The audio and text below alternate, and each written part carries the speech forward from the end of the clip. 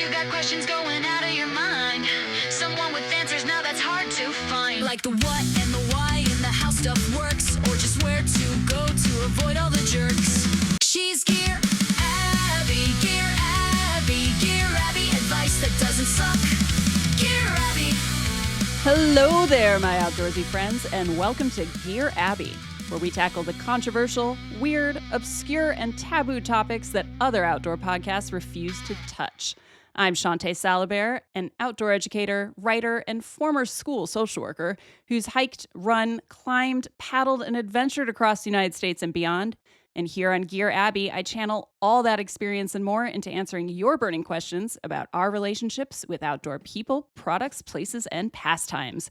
Because remember, my outdoor-loving pals, there are no dumb questions, just smart advice. So, you know how this works. You're going to send questions to myrockfight@gmail.com, and I'll pick my favorites to answer here on the show.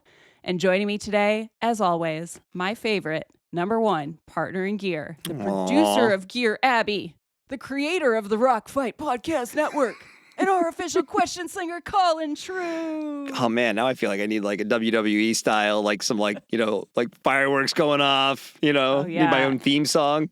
You need to start coming in with like a luchador mask. Oh. And like I want a whole personality actually, since this is my show, I can tell you what to do now. Next time you like log on to the Zoom, I'm going to have that like shirtless with the mask on. That's all I want. Let's go! Yes.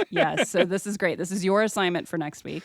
Listeners, your assignment is to come up with a great name for Colin. Just got to pop down to Tijuana and like pick up one at a market or something. Oh, hell yeah. Yeah, you're in San Diego. That's not far.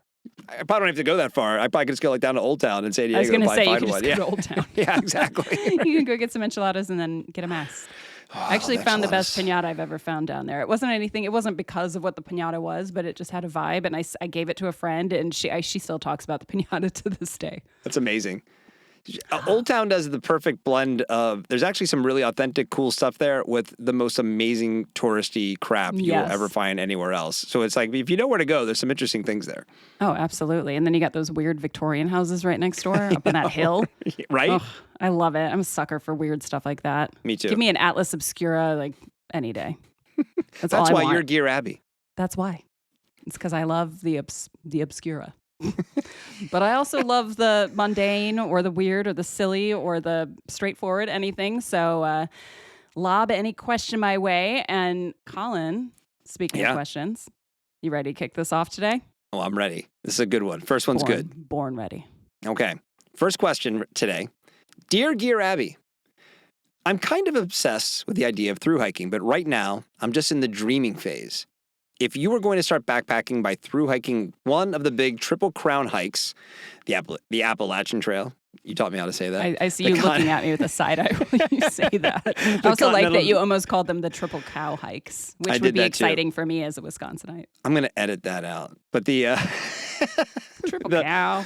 The Continental Divide Trail or the Pacific Crest Trail, which one would you choose and why? Not signed, not Cheryl Strayed. Why do people always have to invoke Cheryl Strayed when Bill Bryson is right there? Attention, Gear Abby listeners. This is your producer and partner in gear, Colin True speaking, and I wanted to let you know that sound you just heard, the one that sounded like this, that's your indication that there is a footnote available for you on the Gear Abby episode companion article over on rockfight.co. Go check it out to get even more from every episode of Gear Abby. Neither one of them finished their hikes, so it's kind of like you can pick one or the other, right? I know. Cheryl just gets it all. She just gets dumped on. Like, Bill is right there, guys. Feel free. Even if, pick Nick Nolte if you don't want to pick Bill himself. Just dump on Nick Nolte, who played Bill in the awful, awful movie that Colin No, it was Bob Redford. Robert Redford. Whatever. Same person at this point. Anyways, all right. So, not Cheryl. Let me first start by saying that I would have never started backpacking with a 2,000 plus mile thru hike. That's not to say that people don't do it, because they absolutely do. And some of them even finish their hike, which is a small miracle. But a lot of them don't. And I'm saying this as somebody who's met a lot of them, people who didn't carry gear that worked for them, people who didn't prepare their bodies, people who didn't prepare their brains, people who ran out of money, and people who learned pretty quickly that they didn't even really like backpacking.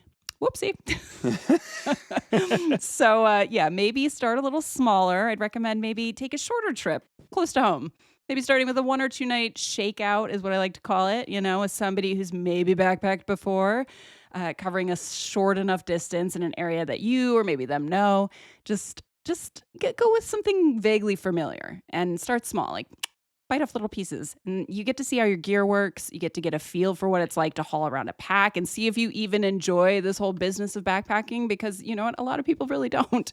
And you don't want to find that out when you're deep in it and you've like quit your job and everything and given up your apartment and sold your dog. I mean, hopefully nobody's actually selling their dog, but you don't know. Some people's dreams I'm sure it's a little too happened. big. Goodbye, Bowser. I've got to hike.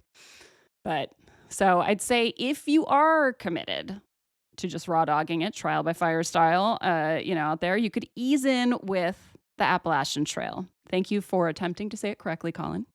Appreciate your effort. I'm working on it. I know. Keep working. Considering that mountain range went through the state of my birth, you'd think I'd be better at it at this point, but right. To be fair, I think I only learned the real pronunciation like 10 years ago, so I don't want to be on my soapbox, but it's a higher soapbox than yours. I do feel like that is a pretty recent thing where we're like, no, it is Appalachian. No. Yeah. Yeah. That's true. Appalachian Trail. So now, before I get hate mail for suggesting this as the one to pick out of these three, whether or not, let's just say like whether or not a hike is quote easy rests in the eye and various muscle groups of the beholder. And I am certainly not calling the AT easy because it's not.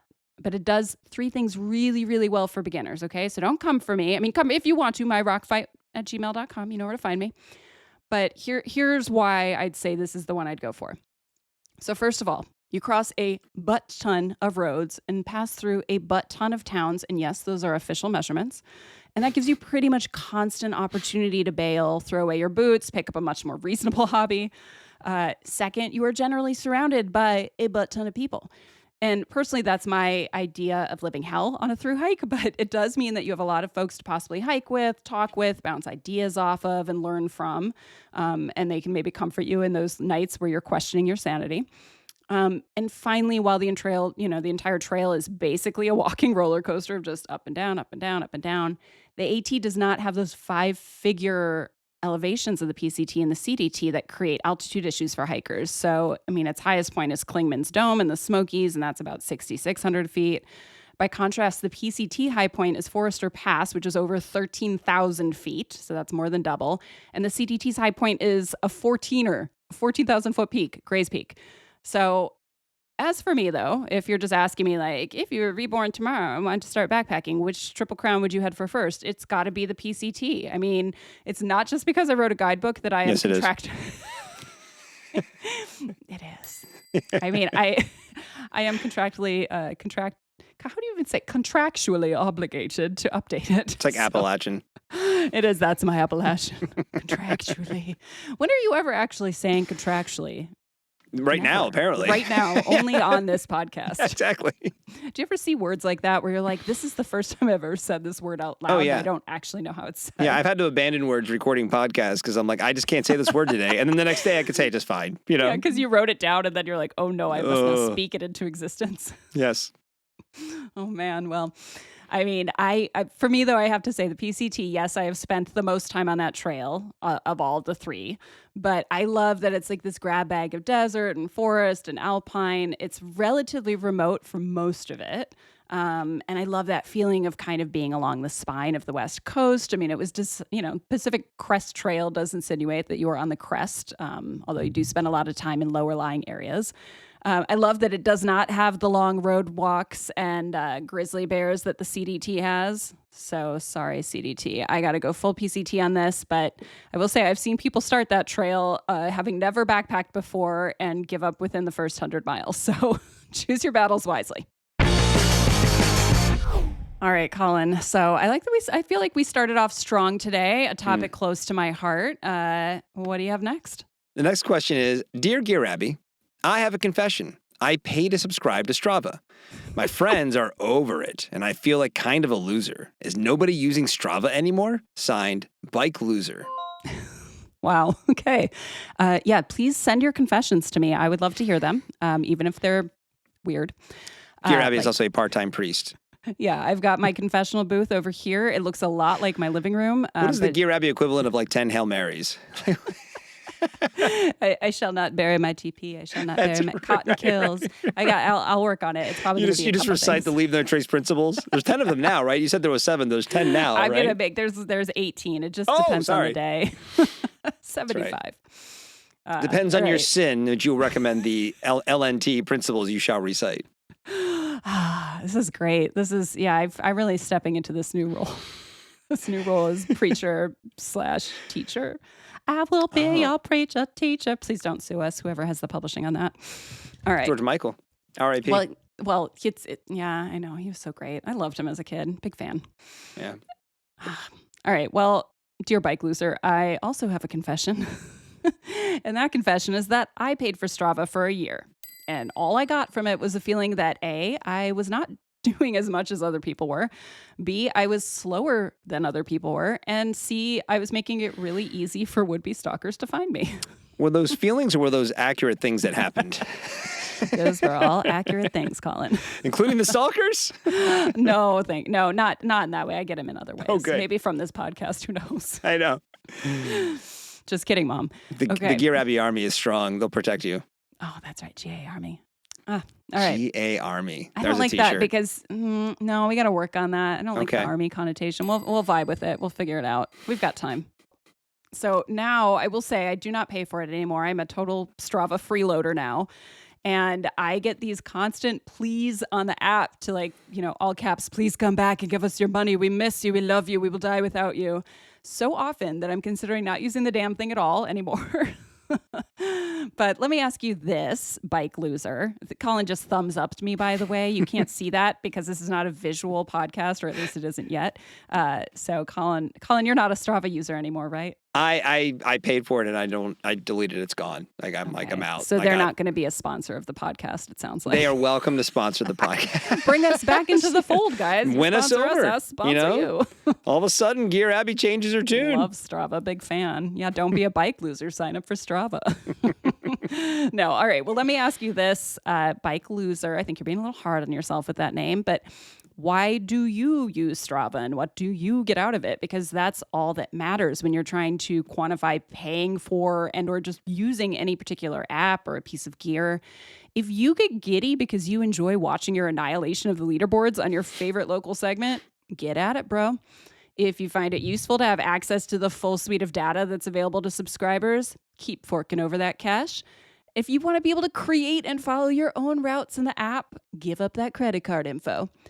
But if you just want to use an app to track, general stats about your rides or connect with local riding groups or give and receive a lightly Pavlovian thumbs up for a job well done, score some small discounts from brands you probably aren't going to buy from anyways, or draw giant penises across your neighborhood thanks to the magic of GPS, the free app is absolutely fine.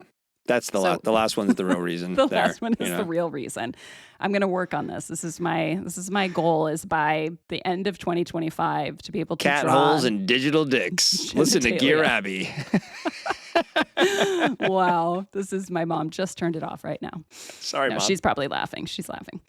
All right. Ultimately, I think there's no one size fits all coolest app or piece of gear to rule them all. In the scheme of life, it's all just window dressing. So Strava, like anything else, is a bit of an illusion that adds that tiny digital cherry on top of the giant bowl of ice cream that is actually running or cycling or lifting or doing whatever it is that you're actually using the app to measure. So at the end of the day, buddy, bike loser, bike winner, as with most things, you do you. Like, trust me, nobody except for the account executives at Strava gives a shit if you Strava or not. Yeah, I think all joking aside, the thing I used on Strava that I liked that made a case for paying for it was the finding local rides, especially when I was working a corporate job and I was traveling every single week and I'd end up in some hotel where I don't know where I am, and you find like the local route, something nearby to go for a quick run or something like that. That was really helpful. Yeah. But to your point, there's so many free options to track your mileage if you just want to know how far you went that it's like, I don't need to have the pressures of a social media platform in my fitness app, Yeah, that's how I felt too. I mean, the year I used it, I think it was mostly useful for me when I was sort of getting deeper into trail running at the time, and I was preparing for a half and thinking about moving toward ultras. And I was like, all right, well, maybe this can help me learn a little bit more about myself. I'd been using a watch. I think I talked about this before on the show, but, I'd started using a watch. Now I have 3, like a weirdo, but, getting that sort of biofeedback was helpful for me. But I just realized at the end of the day, it wasn't contributing enough to my life. And they had raised the price. I mean, and this is the clincher. Yeah. They had raised the price considerably this past year. So if they had not raised the price as much as they did, I probably would have subscribed another year. So something to think about, Strava. All right, Colin. So one more question. Let's see if you stay in my camp fully, as you just said. Are we still camping together, Colin? Tell me now. What do you have for me? I am always in Gear Abby's corner. Aw, thanks, buddy. All right, the last question of the day is, Dear Gear Abby, I love the idea of hiking in a skirt or even one of those hiking dresses, but I'm really worried about chafing since I know my thighs will rub. Is there anything I can do to prevent this, or is it inevitable? Signed, Thick Thighs Save Lives. Woo-hoo! Oh, I love it. That is an A+ sign off. Excellent. A+. Please, people, when you send in your questions, sign off however you want. But if you could think of something like that, that's real fun. Colin loves it. I love it. Definitely. So, yeah. Well, you know what? I hike in running shorts these days, but I've backpacked over 1,000 miles, probably closer to 2,000 miles in a skirt, and I know all about friction on the thigh meat. So I'm here to help you, thick thighs. Because it's me, let's start with a little story time. You know me. So early on in my long distance backpacking love affair, girl genius that I was, I decided to get a bikini wax 2 days before leaving for several months on the PCT. Just think about that for a second. So I was also a pretty new skirt user back then. Add to the equation the fact that it was absolutely satanically hot when I started. And you will not be surprised to learn that within the first 48 hours, I had a whole bunch of red hot chafe on not just my inner thighs, but also inside my butt crack and along my bikini line. Dear God. Real good times, let me tell you. Wow. Was the bikini wax tied to going on the PCT or just a coincidence? Well, so my thought was, I'm going to get my bikini line waxed. So like if I decide to go skinny dipping or something, it will be like clean. Like, I don't know what I was thinking. Like no one's looking at my crotch out there. I didn't necessarily, I mean, I was You just said you don't want anyone around you when you're going backpacking.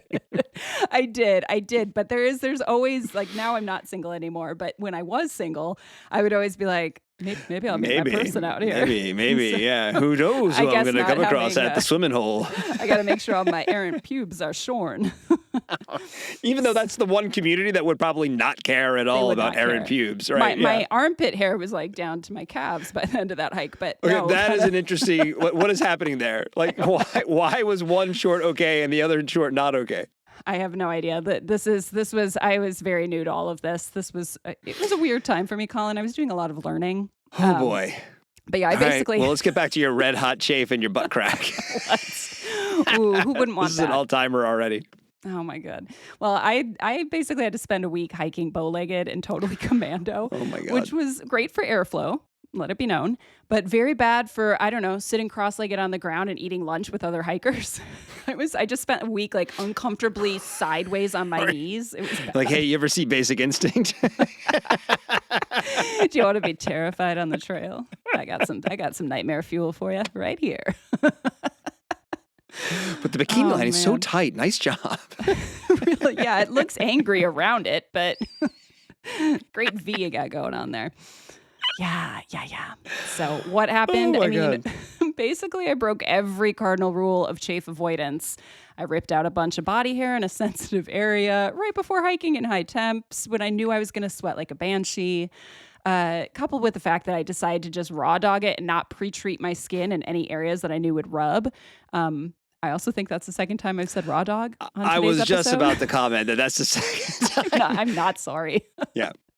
I am, but I'm not. Trying to get the kids to listen here. You know, that's what the kids say children, these days. Bring I your think. children to the table. They must learn to. Maybe we'll have to do a family-friendly episode once. Probably I don't think that's in our capable. No, we're not capable. We absolutely get the whatever the bad words rating is on the podcast. The E is emblazoned in hot pink on our on this podcast. Ah, yes. Well, anyway, truly a perfect recipe for chafing. That was what I served up on the trail. So, chafing, of course, is essentially the repeated friction of an area on any area of skin. You know, it could be thigh on thigh, boot on heel, waistband on waist, nipple on loose t-shirt, looking at you runners, or even, butt cheek on butt cheek violence. It does not discriminate. It's whatever's rubbing. It usually starts as a hot spot. The skin starts to get kind of pinkish, then reddish, kind of angry. But it can absolutely blossom into an open wound that won't just be painful. Oh, yeah. But you also run the risk of infection if your chafe turns into something more. So, you wanna be on top of this, especially if you're gonna start skirt hiking. So to basically, the best way to prevent this stuff is to create a barrier against your skin and the offending other. So if it's skin, if it's fabric, whatever. So under a skirt, you could try a fabric barrier. So bike shorts, or I've seen people do cut off nylons, although let it be known, those do tend to creep up. As long as it's form fitting, since baggy fabric can basically just create more friction on your tender bits. My weapon of choice, however, is topicals. So we'll get into them, but I got to know, Colin, do you have a favorite chafing prevention method? Oh yeah, it's my daily driver as well as usually my active driver as well, which is merino wool. Ah, okay. So you're going with the fabric route. I also have thick thighs to our writer here, and am prone to some rubbing.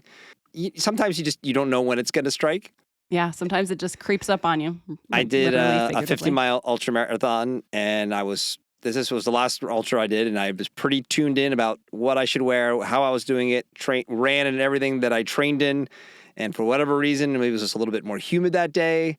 But by mile 25, I had just some incredible chafe between some dangly bits in my thighs, and it was at that point, it was every aid station. Where's the Vaseline? Oh, buddy. Because I didn't have a second pair. That was probably the mistake, is I should have had some dry or some different shorts in my kits at the aid station. But I do notice on the day-to-day, and if I do wear merino boxer briefs, it tends to kind of take care of everything, no matter what's going on. So merino really is just the fabric of our lives. Freaking rules. Sorry, cotton. Yeah, you're out of cotton. You're not the cotton. You're out of here, you loser. You're out of here. Yeah. All right. Well, for me, I do love a topical, and I have ruled out anything powder-based. What? Because, I think Gold Bond? No, I think it's too messy. Anytime I have tried with powder, I just look like I sat into a pile of flour, and then it turns into this true. creepy little paste. Okay, when the well, sweat that's gets gross. mixed in. I will, if I do get some chafe and then just a little baby powder after taking a shower or whatever, that does help. But I had a roommate once who always claimed Gold Bond powder was the best because it was like a menthol cigarette for your nuts. I both love and hate that. What's that? You don't hate that? I don't. Yeah, I love it and I hate it is really what I'm thinking here. I'm like, it was stuck with me. I'm like, that's hilarious. I mean, I do. One of my guy friends will just stop at random to dump a bunch of powder into his shorts when we go backpacking. That makes sense. Chucks it in there in obscene quantities. Just piling it in there. I'm like, you got to get it into the crevices. I guess. All right. So thick thighs. If you want to go the powder route, listen to Colin, I guess. Creams have worked out a bit better for me. My favorite right now is, and I love the name of it, chamois butter, and that's butt_R. Hey. Good branding. My mom gifted me this gargantuan tube 5 years ago, and I thought I was going to become a mountain biker. It's probably expired by now, but it still works. So it's fine. I just slather it before I go on a run. I'll slather it on my inner thighs. Sometimes if it's really hot out, butt crack too. You just got a preventative. You just don't want a chafed butt crack. Let me just tell you, a chafed booty is awful.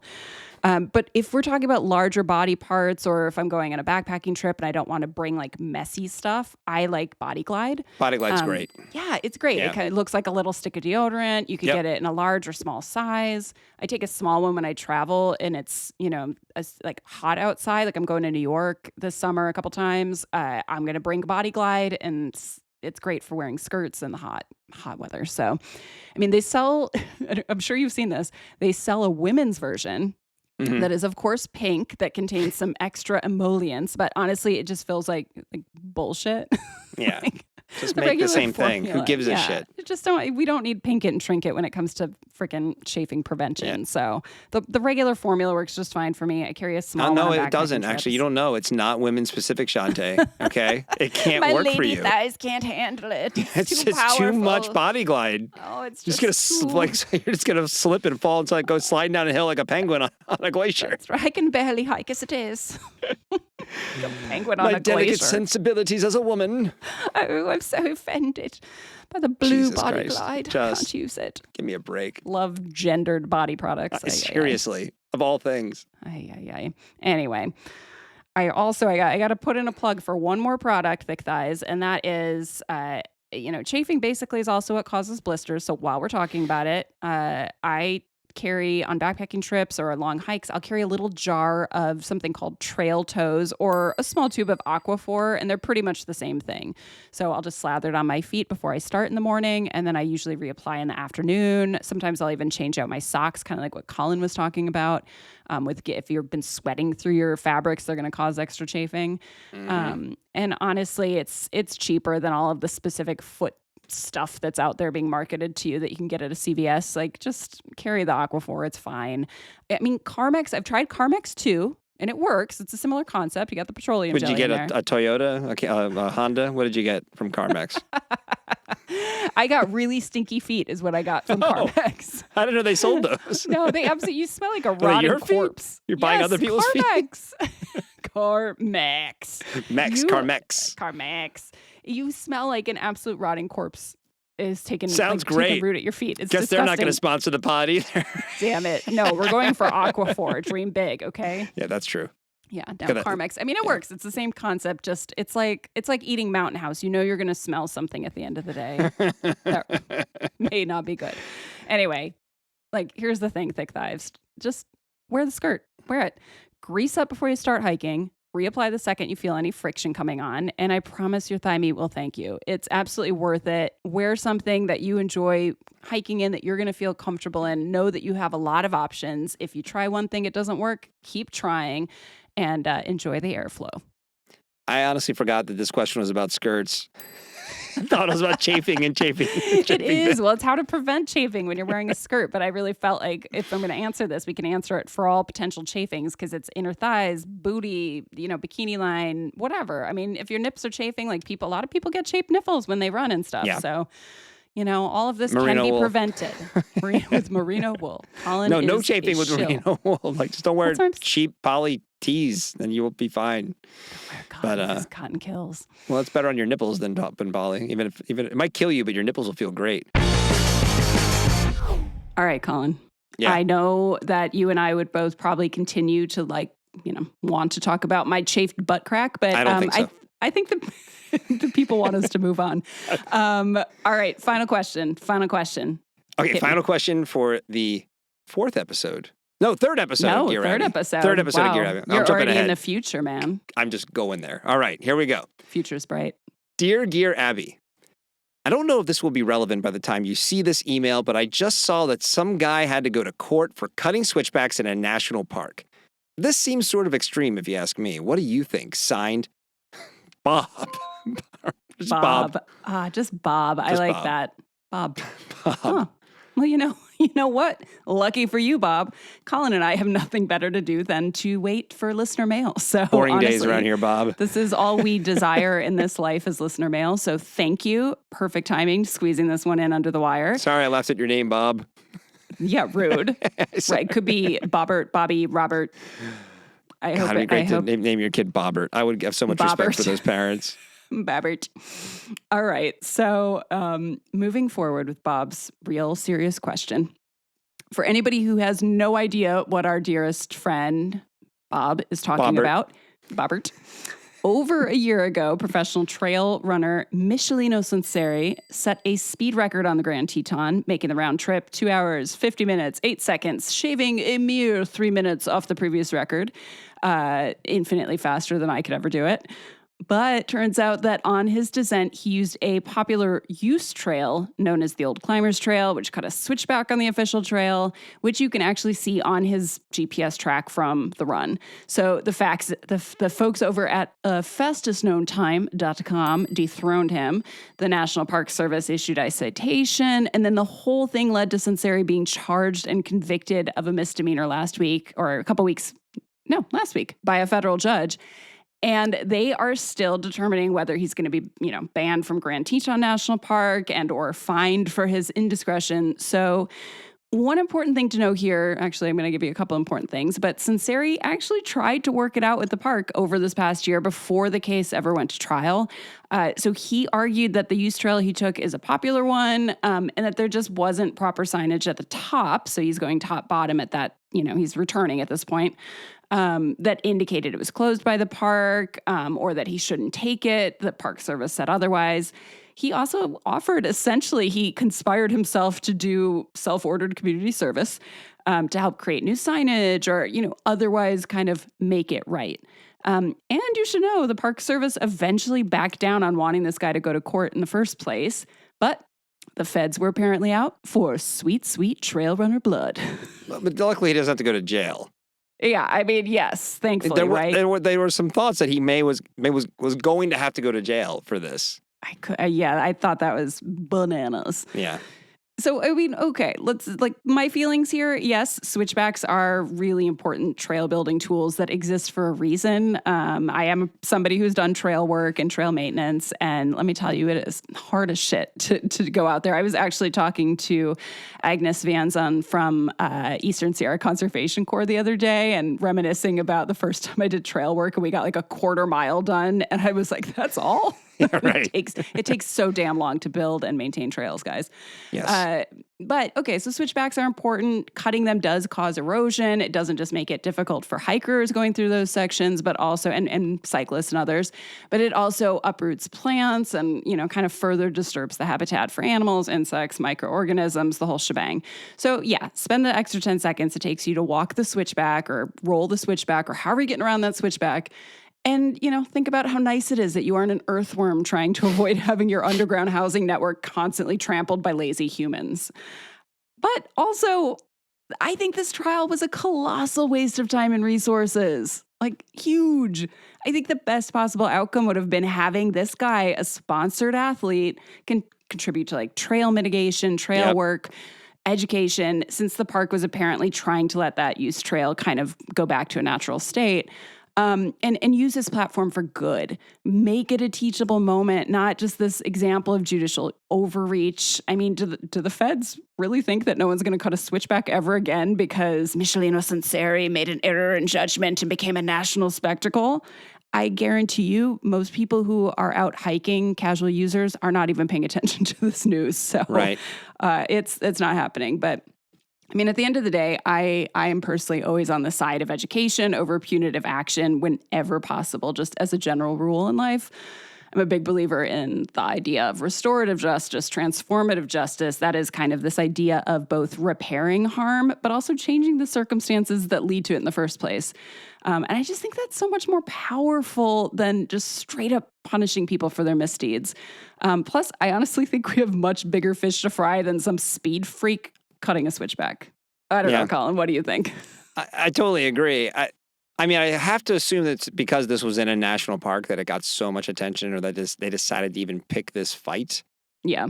And it's on a high-use trail, and I don't know. I don't even know what you're preventing by even really going after this guy. But whatever. I agree in the, kind of like you, I agree in the principle of it. Shouldn't be cutting switchbacks. You should run on the trail. It's kind of a bullshit move to be cutting switchbacks.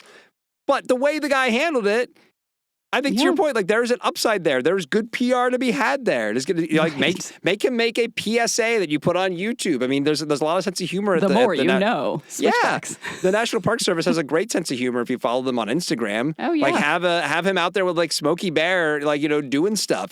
There's so many ways that this could have gone that have turned it into a positive. And he offered to do it. Is it he's a North Face athlete? Is that what it is? Yeah, yeah. That's one of his main, probably his main sponsor, right. You North Face wouldn't have just jumped on board and followed a bunch of mud and paid for the whole thing, and then also reaped the good PR that came with it. Right. I'm with you. The positive always wins. If he had been just a dick, if he'd been hey, fuck you, I'm going to cut, then whatever, then fine, prosecute the guy.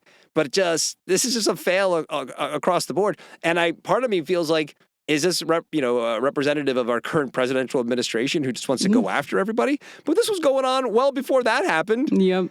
Yeah. So, this is just a weird anomaly. I don't understand why, you can look at actually other FKTs on, and FKT attempts on the Teton, and you could see other people Oh, he was have not the used that first. same route. He was not the first. Not the first. Just a big missed opportunity. Just a massive Michelin opportunity. Yeah. Sorry, buddy. Good luck to you. Hope this does not derail your future running delights. That's it for this episode of Gear Abby. Until next time, send us your burning questions, but not your burning chafe, about your relationships with outdoor people, products, places, and pastimes over at myrockfight@gmail.com, and I'm going to do my best to answer them or find someone else who will. Today's episode was produced by David Karstad and Colin True, art direction provided by Sarah Gensert, and I'm Shawnté Salabert, and remember, there are no dumb questions, just smart advice.